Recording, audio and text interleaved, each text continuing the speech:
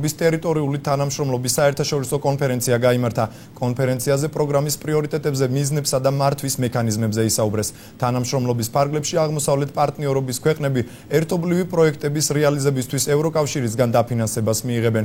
კონფერენციას აღმოსავლეთ პარტნიორობის 6 ქვეყნის ცენტრალური და რეგიონული ხელისუფლების წარმომადგენლები, სამოქალაქო საზოგადოება და დამოუკიდებელი ექსპერტები ესწრებოდნენ.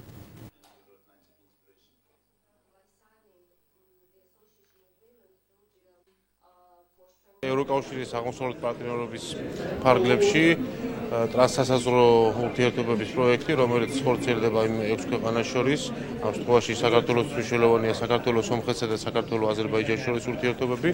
ჩვენ თითქმის 1 წელი მიმდინარეობდა მოსამზადებელი სამუშაოები და უახლოეს მომავალში დაიწყება სპეციალური საგრანტო პროგრამები არასამთავრობო ორგანიზაციებისთვის და მუნიციპალიტეტებისთვის, რათა უფრო მეტად გაღრმავდეს ეს თანამშრომლობა ამ შემთხვევაში საქართველოსა და სომხეთის მხარეს შორის. რეგიონებს, რომლებიც იმყოფებიან სასაზღვრო ზონაში, საქართველოს მხრიდან ქვემო ქართლი და სამცხე-ჯავახეთი, სომხეთის მხრიდან შესაბამისი რეგიონები, ანალოგიურად აზერბაიჯანთან მოსაზღვრე რეგიონები და მუნიციპალიტეტები, რათა მოხდეს ერთობლივი პროექტების განხორციელება. დღევანდელი ღონისძიება ძალიან მნიშვნელოვანია. ეს პროგრამა საქართველოსა და მეზობელ ქვეყნებს კიდევ უფრო დაახლოებს. პროგრამის ფარგლებში ქვეყნები სოფლის მეურნეობის, ტურიზმისა და გარემოს დაცვის კუთხით იმუშავებენ.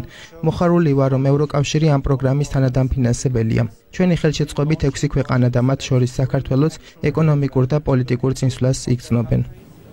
პროფესიით იურისტ ფრიდონ კენკებაშვილს დღეს 70 წელი